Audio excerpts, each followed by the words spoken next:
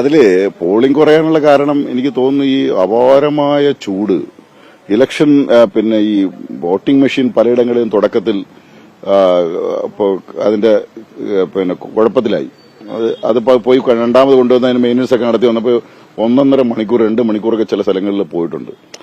കാത്തിരിക്കുന്നതിനാണെങ്കിൽ ആളുകൾക്ക് നമ്മളിപ്പോ 1,34,000 കോടിയാണ് ഈ election machinery setup India government ചെലവഴിച്ചതെന്നാണ് കണ്ടത്.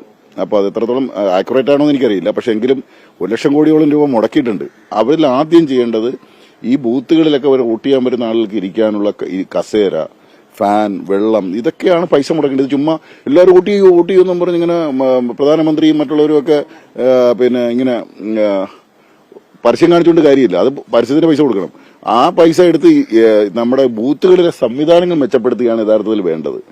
അതിനുള്ള സംവിധാനം അടുത്ത ഇലക്ഷനെങ്കിലും നമ്മുടെ ഇലക്ഷൻ ഉത്തരവാദിത്തപ്പെട്ടവർ അത് ചെയ്തേ പറ്റൂ. കാര്യം ആളുകളെ നമ്മൾ ജനാധിപത്യ പ്രക്രിയയിൽ പങ്കെടുക്കാൻ വേണ്ടി ഇത്രയധികം പീഡിപ്പിക്കാൻ പാടില്ല ജനങ്ങളെ. അത്രത്തോളം പ്രശ്നങ്ങൾ ഉണ്ടായിട്ടുണ്ട്. അത് പലയിടങ്ങളിലും ഉണ്ടായിട്ടുണ്ട്.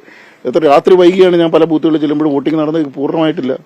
അപ്പൊ അതൊക്കെ എന്ന് വെച്ച് കഴിഞ്ഞാൽ ഇതൊരു നമ്മുടെ സംവിധാനത്തിന് കുറെ കൂടി ജാഗ്രത പുലർത്തേണ്ടതുണ്ട് എന്നുള്ള കാര്യത്തിൽ യാതൊരു തർക്കവുമില്ല. അതൊക്കെ ആയിരിക്കാം പലങ്ങളിൽ. ചിലർ വന്ന ബൂത്തിൽ വന്നു നിന്നിട്ട് ഒരുപാട് പേര് തിരിച്ചുപോയി, തലകറക്കൊക്കെ ഉണ്ടായില്ല. ഇപ്പൊ നമ്മുടെ ചരിത്രത്തിലുണ്ടായി ഇത്രയും പേര് 5-6 പേര് മരിച്ചില്ലേ കുഴഞ്ഞു വീണ്.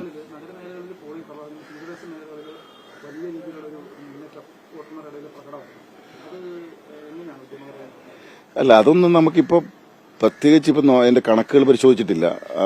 എന്തായാലും തീരദേശ മേഖലകളിലും പിന്നെ നമ്മൾ നന്നായി LDF നന്നായി വർക്ക് ചെയ്തിരുന്നു. സഖാവ് സജി ചെറിയാന്റെ നേതൃത്വത്തിലുള്ള പിന്നെ നല്ല കുടുംബയോഗങ്ങളൊക്കെ ഭംഗിയായി നടന്നിരുന്നു. അപ്പോൾ ആ തരത്തിൽ ചെയ്യുന്ന കാര്യങ്ങളും എല്ലാം വിശദമായി പറഞ്ഞിരുന്നുകൊണ്ട് അതൊക്കെ അനുകൂലമായി വരാനാണ് സാധ്യത.